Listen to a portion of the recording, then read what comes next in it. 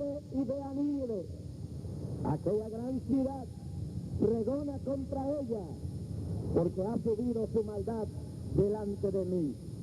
Pueden sentarse.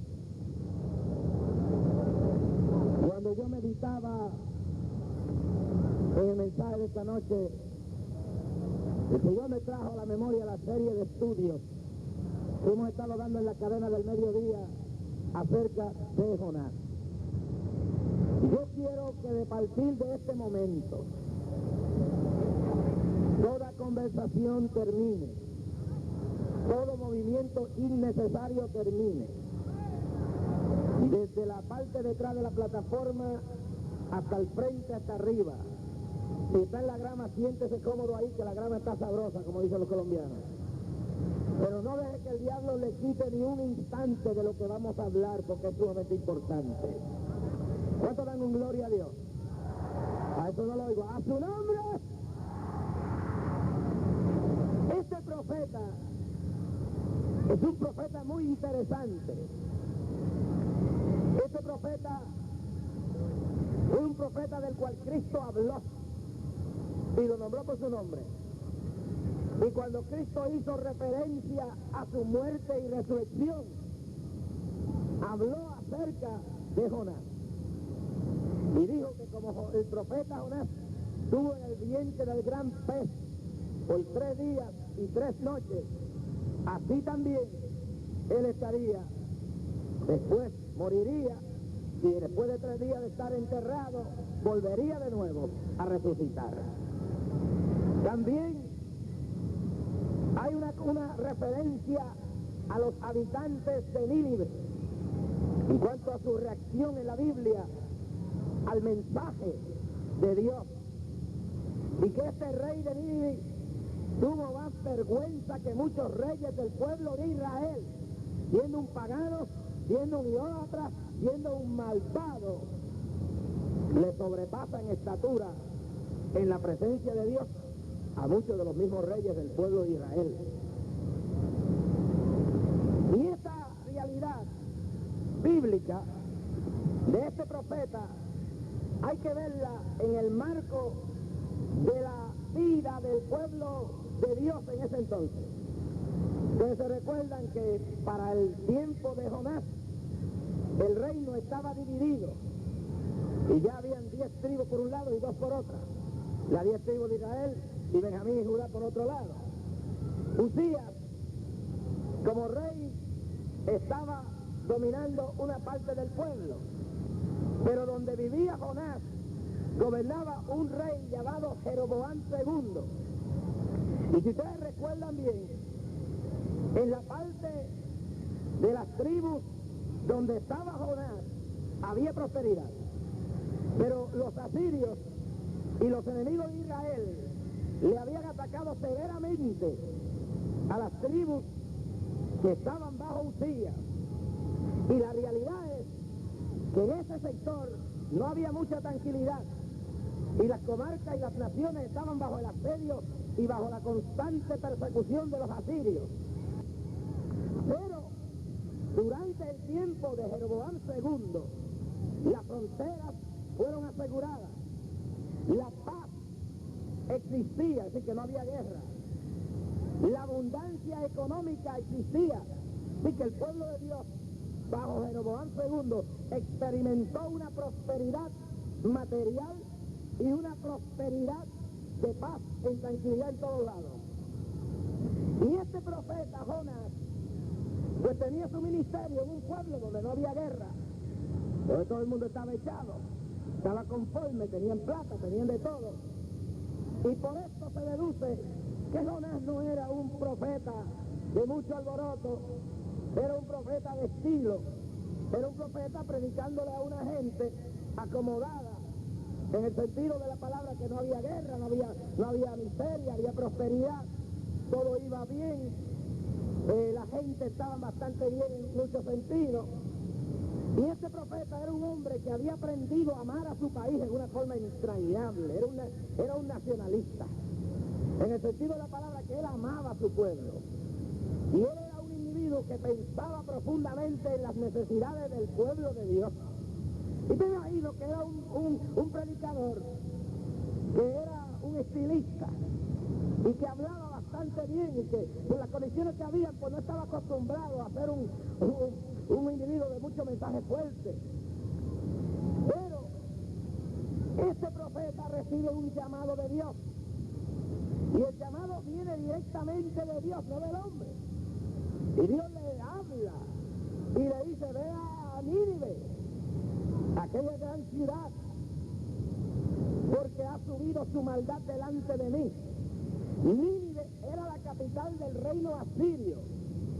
Y ahí Dios le habla a Jonás y le dice: ve y dile a esta gente y pregona contra ellos, dale el mensaje. Los otros días hubo un predicador que dijo: Dios no mandó a Jonás a decirle que lo iba a destruir a Nínive. Ahora, la palabra pregona contra ella denota que lo que Jonás dijo cuando predicó que de aquí a 40 días Nínive sería destruida era el mensaje de juicio que Dios le había mandado a dar. Y le dijo: pregona contra ella, porque su maldad ha subido delante de mí. Ahora, mire, yo quiero que me oiga todo este pueblo que está aquí. Dios es amor. ¿Lo creen conmigo? Primera de Juan 4:8. Juan 3:16 dice que de tal manera amó Dios al mundo, que ha dado a su Hijo unigénito para que todo aquel que en él crea no se pierda, mas tenga la vida eterna. Eso lo aceptamos. Pero el creer que Dios es amor podrá eliminar la realidad de que Él intervenga y haga juicio en los pueblos. Claro que no. El atributo que más gobierna la personalidad de Dios es el amor. Eso es cierto.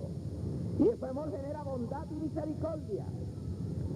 Pero lo que hace que Dios sea Dios es que Él en sus atributos es diferente a todos nosotros. Nosotros somos imperfectos, Él es perfecto. Nosotros somos limitados en el poder, Él tiene todo poder, es omnipotente. Aún podemos ver, el diablo tiene poder, pero Dios tiene todo el poder. ¿Cuántos alaban a Dios de la gloria?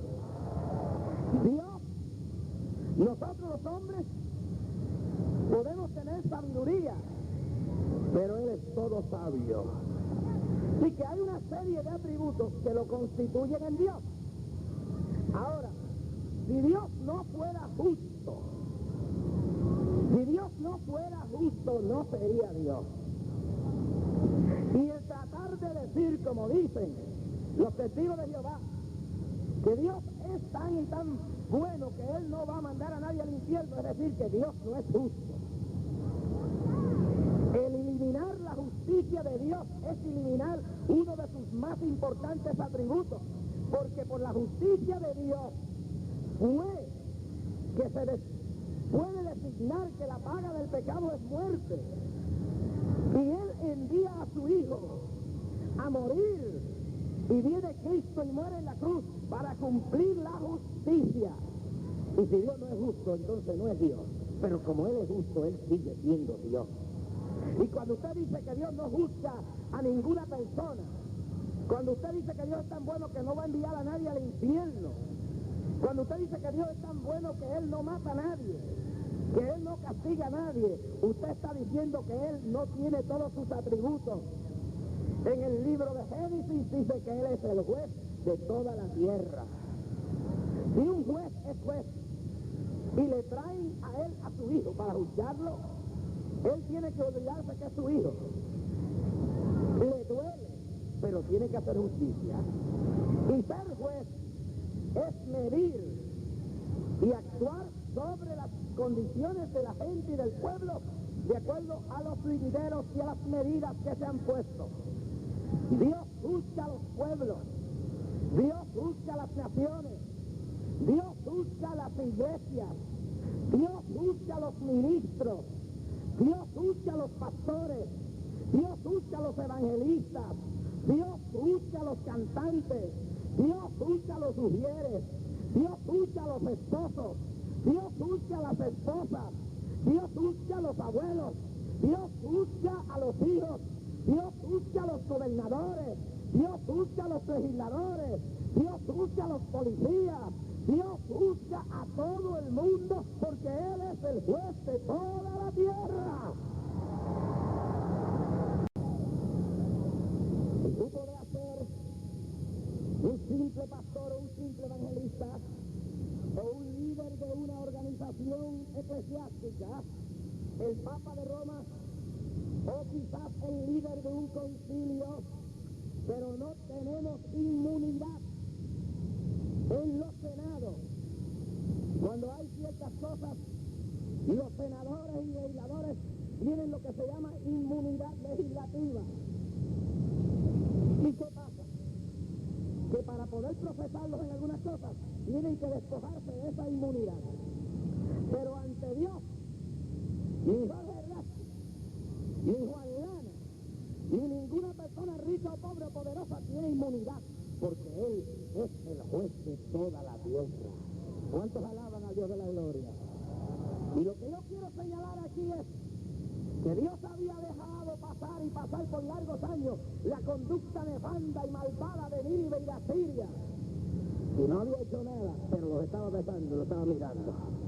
Hay una teoría de que Dios es un viejito de barba blanca que creó el universo y como el relojero le dio cuerda, lo puso a funcionar y según esa teoría ya Él no tiene nada que ver con el mundo y la gente puede vivir como le dé la gana y la gente puede hacer lo que le dé la gana y la gente puede repartir y hacer y Dios nunca vendrá. Cuán equivocada está la gente. Dios no es un viejito sentado en un rincón del universo. Dios es un Dios vivo y de poder que está mirando con sus ojos, como decía el salmista, ¿a dónde iré de tu presencia? En el Salmo 139, ¿a dónde me esconderé? Escuche bien que ya vamos a llegar a lo que Dios me ha revelado que le diga al pueblo en esta noche. Y Nínive no era la excepción. Habían cometido atropellos contra los derechos humanos. Habían matado, habían asesinado, habían sido lujuriosos, habían sido inmorales, habían sido abusadores. Pero le llegó el momento de Dios tratar con ellos. Y le dice Jonás, ve y predica, pregona contra ellos, porque su maldad ya subió aquí arriba, ya me cansé. Igual como cuando se cansó con los habitantes del tiempo antidiluviano, que dice que la violencia llegó a la presencia de Dios y Dios le habló a Noé y le dijo, construye un arca en el cual tú y tu familia se pueden salvar, porque ya la violencia ha llegado a mi presencia y los voy a destruir. Me arrepiento de haber hecho al hombre sobre la faz de la tierra. Lo mismo que pasó con el tiempo de Sodoma y de Gomorra. Jugaron, hicieron y deshicieron. Y un día unos ángeles pararon frente a Abraham y le dijeron, hombre, nosotros vamos a llegar a Sodoma y Gomorra porque ya Dios nos ha mandado a destruirla. Y Abraham intercedió